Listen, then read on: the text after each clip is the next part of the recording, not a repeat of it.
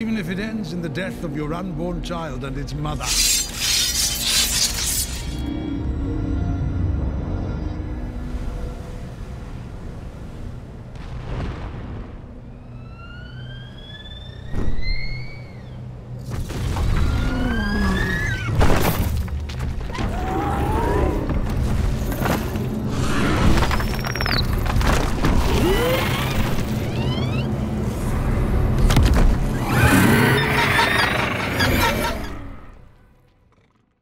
What is up, creators? I hope you're doing well. Welcome back to my channel. Today I'm very excited to return to the Edit series, and we're gonna break down the style of the House of the Dragon. So probably by now all of you are familiar with the series. It has great cinematography, great directing, great actors, great story, but the one thing that really caught my eye and made me immerse myself in the series was the color grading. Now, the color grading is a type of teal and orange, but it's not your typical teal and orange that we're accustomed to seeing in modern day movies and series. It's a bit more desaturated and a bit more dim. It's a lot darker. The directors weren't afraid to darken the images to create a certain effect or a certain feel to the series. So today we're going to replicate this color grading for photography. Why photography? Because at least 4 of you asked for it.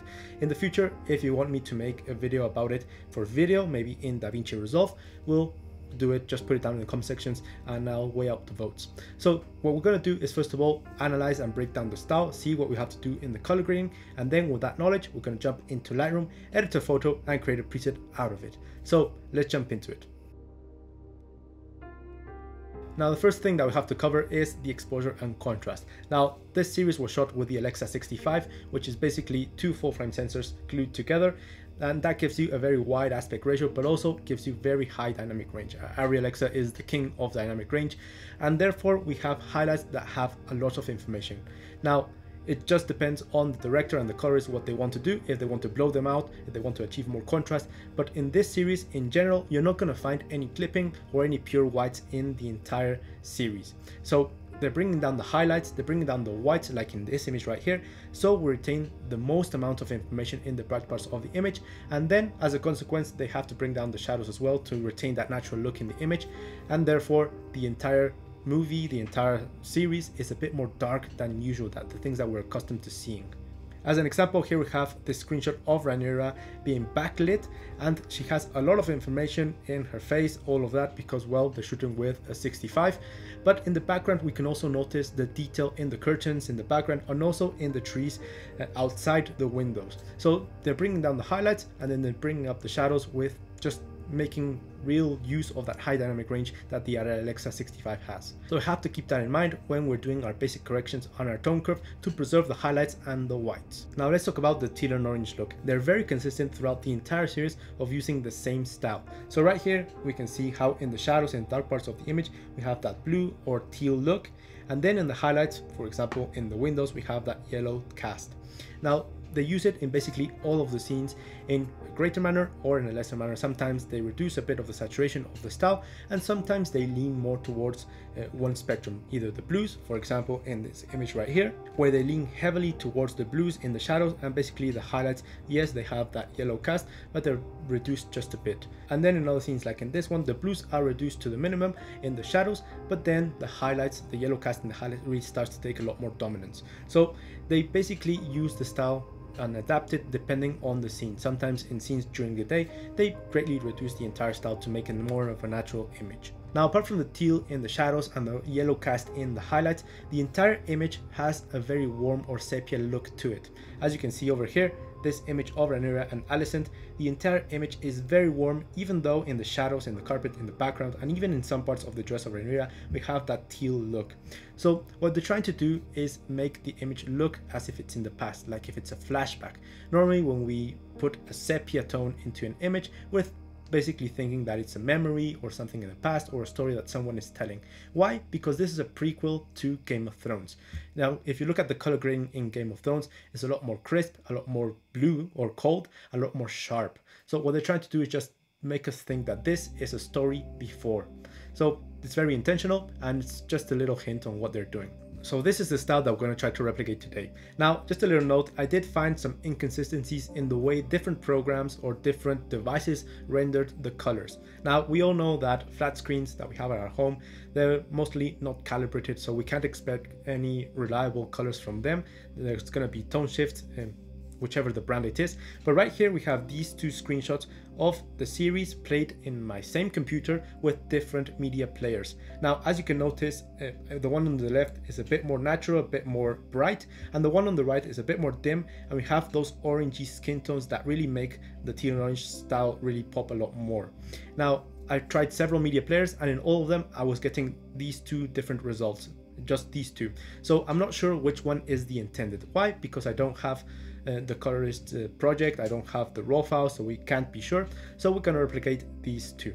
Now, I can imagine the colorist of the series really bumping his head against the wall every time he sees his series being played in different devices with different colors. So it's just a very subtle tweak to the skin tones that really adds a bit more punch and a bit more sepia and color contrast to this effect. As you can notice, the one on the left is a bit more natural, and the one on the right, you can notice the difference between the shadows and the skin tones there, just pulling away, creating more color contrast. Therefore, I really like these two.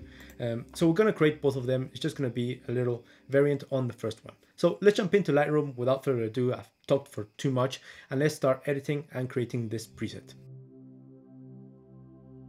So creators, here in Lightroom have several images that could be useful to replicate the color grading. So I'm just going to select, let's say this one, and with D on your keyboard, you're going to jump into the Develop tab, and we can start color grading. So how I like to work in Lightroom is from top to bottom, starting out with the basic corrections and the tone curve, and then moving down to the color grading. Now, the first values that we have over here, temperature, tint, exposure, and contrast, these four values I like to leave them at 0 and not include them in the preset, because these are the values that I'm going to use to adjust the preset to different photos that are maybe taken in different lighting scenarios.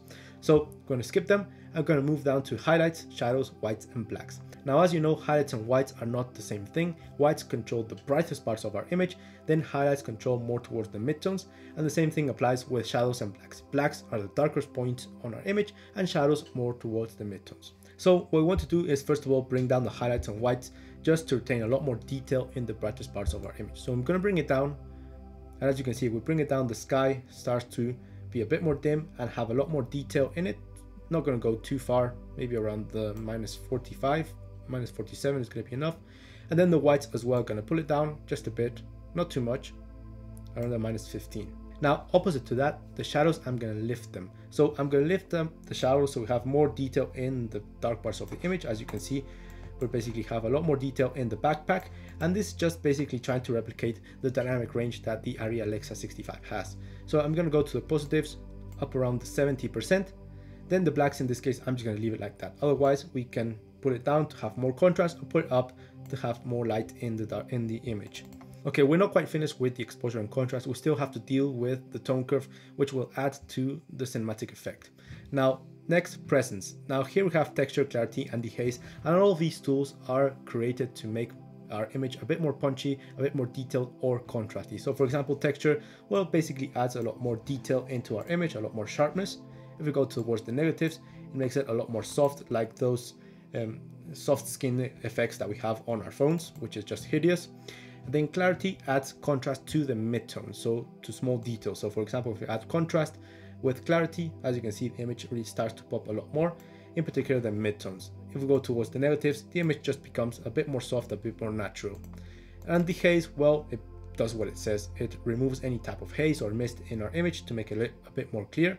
And towards the negatives, it adds it, just replicating the diffusion effect. So what we're going to do right here is, first of all, the clarity and the haze, just going to bring it down towards the negatives just a bit, just to make the image a bit more soft and less sharp. All the digital sensors from our cameras right now are ultra sharp. We don't want anything like that. We want the image to be a bit more organic. Just bring it down towards the negatives. And then opposite to that, the texture, I'm going to bring it up. Now, bring it up around the plus 13%. It's just going to make any detail or any object in our image really start to pop just a bit more. So in any scenario, we have more detail in the objects. For example, right here, Rhaenyra in her jewelry has a lot of detail. If we add more texture, you can notice how it pops a lot more without adding a lot more contrast into the image. Obviously, we don't want to do it to the entire image. We want to use masks just to use it in the jewelry, not in her face.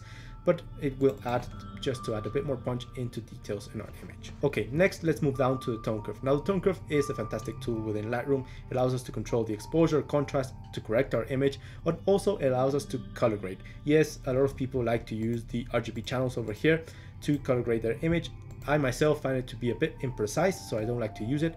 Instead, I'm going to use the point tone curve just to make more emphasis on the exposure and contrast that we want to achieve.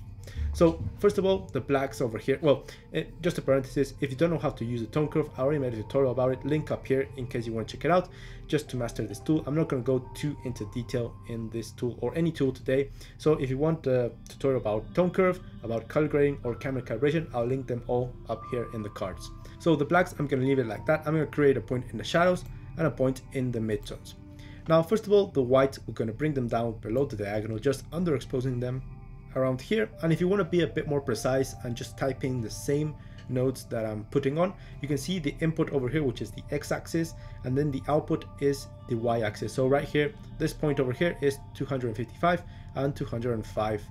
Then the midtones, I'm going to pull it down below the diagonal as well, around these lines, and immediately you can notice how the highlights and whites are a lot more dim. Then the shadows, I'm just going to pull it down below the diagonal. Notice how a couple of millimeters changes the dynamic of the image completely, the contrast. So I'm just going to pull it down something around there, and then the blacks, I'm just going to leave it like that. Okay, so we're done with the exposure and contrast, and as you can see with Y on our keyboard, we can see the before and after. On our image, the highlights are a lot more well preserved. We have more detail and more information in the bright spots of the image, and also we have more information in the shadows. Now, I'm happy with these results, but maybe in the future we're going to alter them. Now we're going to move down for time into color, and we're going to start off with the tool which is called color grading.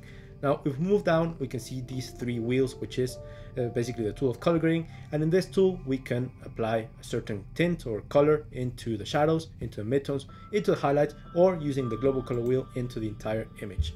So here we're going to nail down that teal and orange look. Now, first of all, in the highlights, we can apply that yellow cast.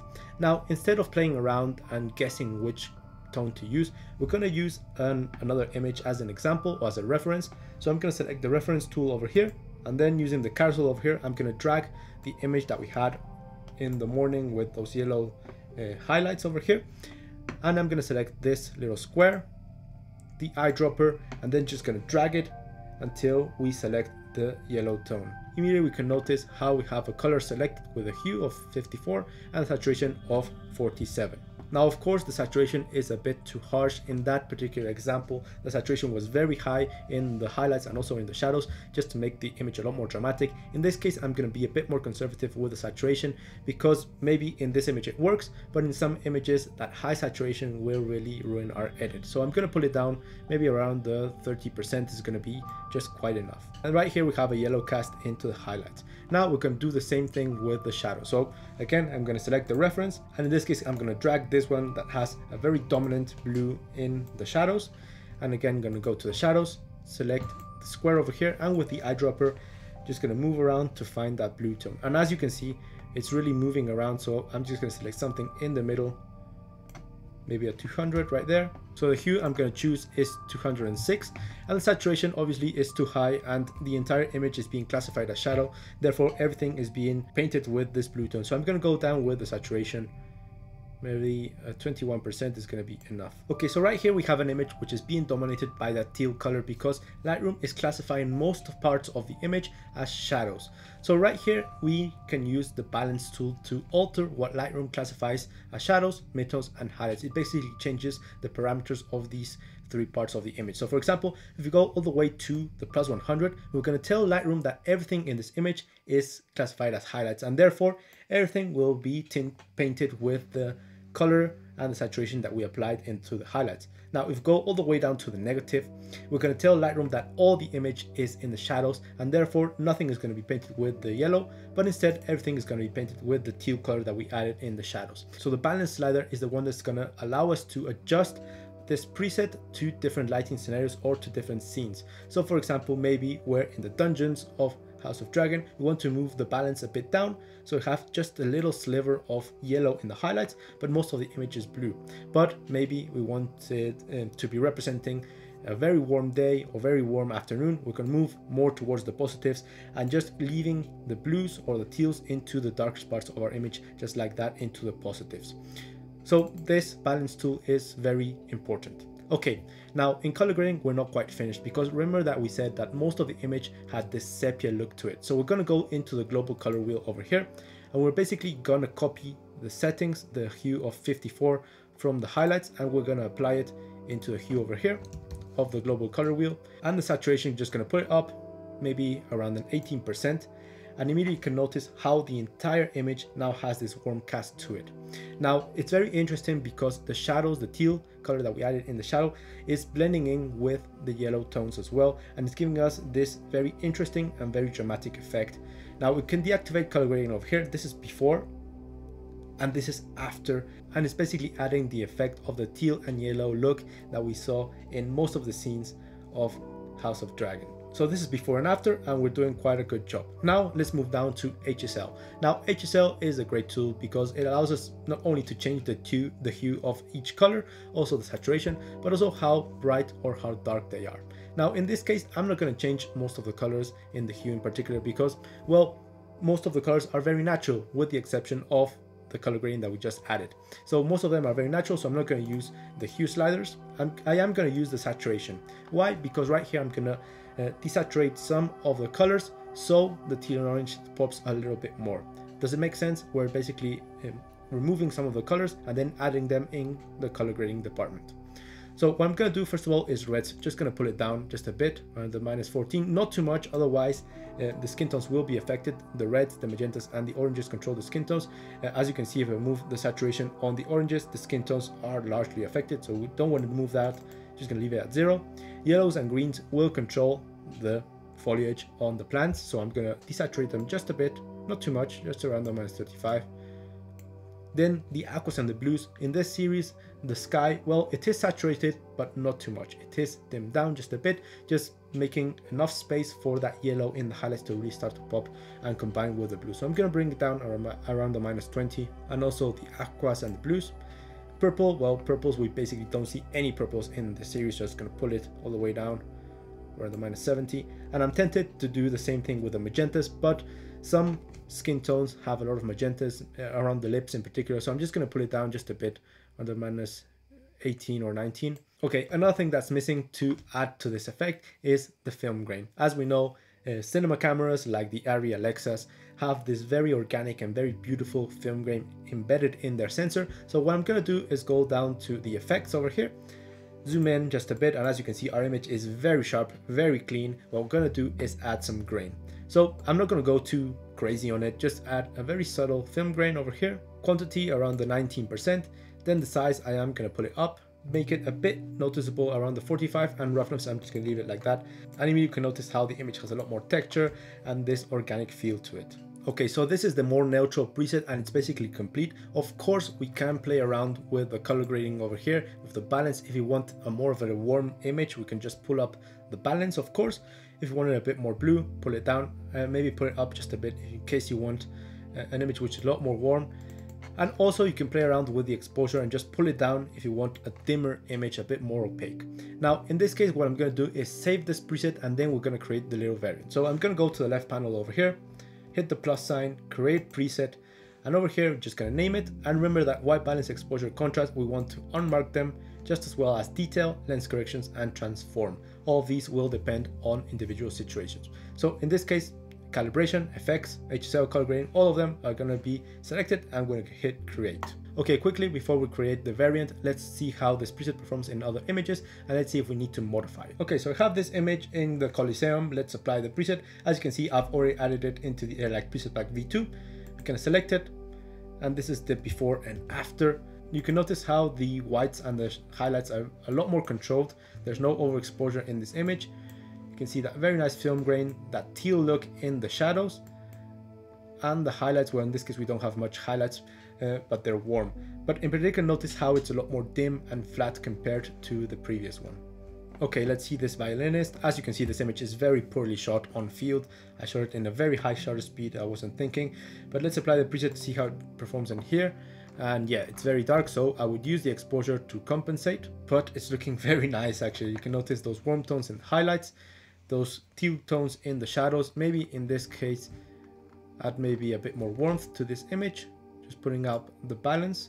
But in general, it's looking quite nice compared to the original. A lot more flat, a lot more dim, with those yellow highlights, that dim exposure, and those teal colors in the shadows. Now let's move back to the first photo that we were editing, and let's create the variant. Now the variant is very simple. The only thing that we want to do is go into camera calibration and make emphasis on the oranges and the teals in the skin tones. Okay, so right here, we're in camera calibration over here, and this tool is just fantastic because it allows us to control the RGB, the red primary, the blue primary, and the green primary. Every single pixel on our image, in our digital image, is composed by these three colors, and these sliders can alter them. So I'm not going to go too into detail into this tool. I already made a tutorial about it, but it's just a very powerful tool. Now, in order to create orangey towards yellow skin tones, we want to alter the reds because, well, they control all of the warm tones, but also the blues. Now, as you can see in color grading over here in the color wheel, yellows are direct opposite to the blues. So if we move the blue primary, we're going to affect the blues, but mostly also we're going to affect the yellows. So we're going to affect these two in the larger manner. Now the purples and the greens will be affected, but a bit less. So that's how camera calibration works. It works with color contrast and color balance. So for example, the green primary, if we move it, we're going to affect, yes, the greens, but we're also going to affect the magentas, and in less manner, we can affect the blues and the yellows. So basically, color opposites in the color wheel are affected the most by these three sliders. So in this case, for example, the red primary, I want to go towards the positives because we're moving our image towards the warm tones, towards the yellows. If we go towards the negatives, we're moving it towards the purple. So we don't want to do that. So we're going to go to the positive just a bit, just adding a bit more yellow into the skin tones. And then the saturation, I don't want to go too high. Otherwise, well, it looks like if you had jaundice. So I'm going to pull the saturation just down just a bit. Maybe a plus 10% is going to be just enough. And then this yellow that we added into the skin tones with the red primary, we're going to combine it with some orange, adding it with the blue primary. Now, as you can see with the blue primary, if we go towards the positives, we add a lot of greens. And if we go towards the negatives, we start adding more orange. This is a bit too much. It's too red for me. So I'm going to pull it down just a bit towards the negatives, around the -10. And then the saturation, as you can see, if we go towards the positives, how the skin is a lot more orange right now. Obviously, the plus 100 is a bit extreme. It's going to be very subtle, around the plus 16. It's going to be enough. And if we deactivate camera calibration, this is off and then on.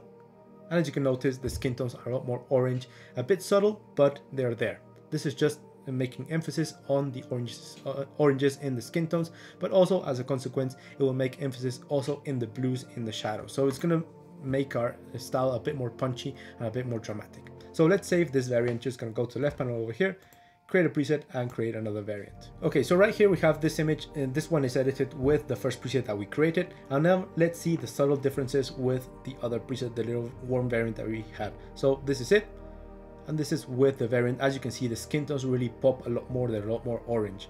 Let's see, for example, this image of this old man. As you can see, there's a lot of overexposure and clipping in the background. Let's see if we can bring it back with this preset. So let's apply the first preset. And as you can notice, in this image is a bit too bright still, but we brought back a lot of information in the highlights. So I would bring down the stops in the exposure. And now we have a very nice image. You can see that teal look in the shadows and those warm tones, which are very yellow. It's looking fantastic. I think we did a good job right here. So here we have this image that I took in the Vatican. Let's apply the presets. So here we have the preset. Oh, it looks fantastic in these type of images. We have those yellows in the highlights. This is exactly what we're looking for. Then we have that teal look into the shadows, and it's just looking fantastic. We can obviously just pull down a bit of the exposure just a bit to make it a bit more dim, but it does look fantastic. Obviously right here we can play around with balance. For example, if we want this image to be a bit more cool, we can bring down the balance, and now the blues really start to pop just a bit more. Or if we want it to be a bit more warm, just put it up towards the positives, and as you can see, the blues are greatly reduced. And so creators, that's my interpretation on the color grading of House of the Dragon. I think we did quite a good job, even though it's not a direct comparison between color grading video to photo. And also I don't have the best images. It would be perfect if I had some raw files of the BTS or portraits of the actors, that would be perfect. But instead we have my crappy images. But in terms of the theory and the edit, I think we did quite a good job. Now remember that these two presets are going to be in the Edit Preset Pack V2, link up here to my shop. There you can find that pack with all the presets that we created throughout this series, and also my LUTs and presets that I use every single day. Other than that, guys, like the video, subscribe, all those things. And if you want to watch more videos from the Edit series, watch the playlist right here or my latest video up here. See you in the next one.